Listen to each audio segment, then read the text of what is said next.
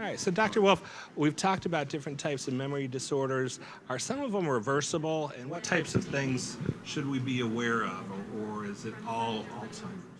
So there are many different types of memory disorders, and Alzheimer's is in the class of a neurodegenerative form of dementia.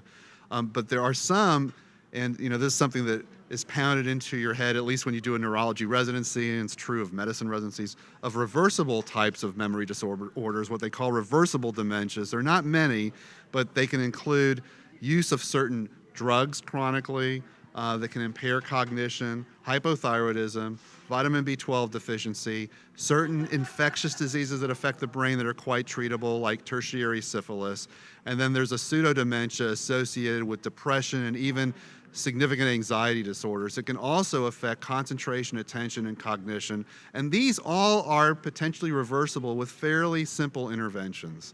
So for instance, severe hypothyroidism, which is becoming less common in the US, but that can be treated with thyroid supplementation. So there is some good news there for some folks. Make sure you go in, talk to your doctor, and find out. Yes, and these are tests that can be done quite easily off of blood testing and so forth, and they're typical screening tests when a patient comes into a clinic to work up a memory problem. Right. So we know there's risk factors, being socially engaged, mentally engaged, physical activity. These are things that could potentially delay or reduce risk factors for Alzheimer's and memory disorders. What's the good news about that? Well, there is some evidence that people who remain mentally active and use their brain on a daily basis, that their risk of developing Alzheimer's disease versus a larger population that does not engage in such activities, that their risk is less.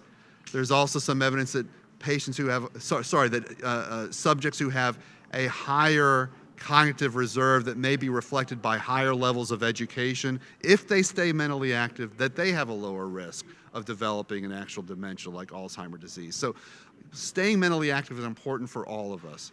And there are different ways of doing that, being socially engaged, volunteerism, going to lectures.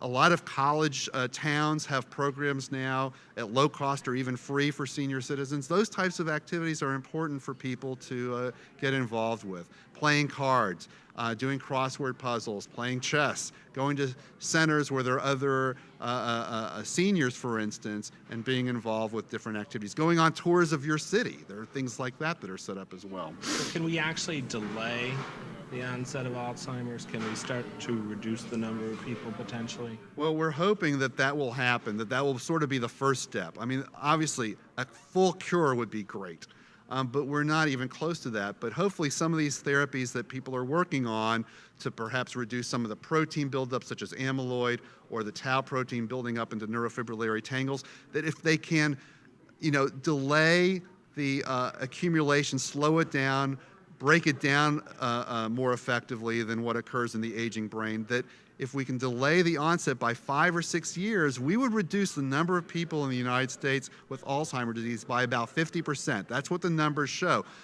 So that is a very important goal. If we can reduce the burden to families and to the economic society as a whole by 50%, that would be a huge development. Realize this is a recent estimate. Our most expensive disease is Alzheimer's disease, just because how common it is and because how long patients can live with it, and the required resources to take care of patients with a disease like Alzheimer's disease is immense. It is our most expensive disease.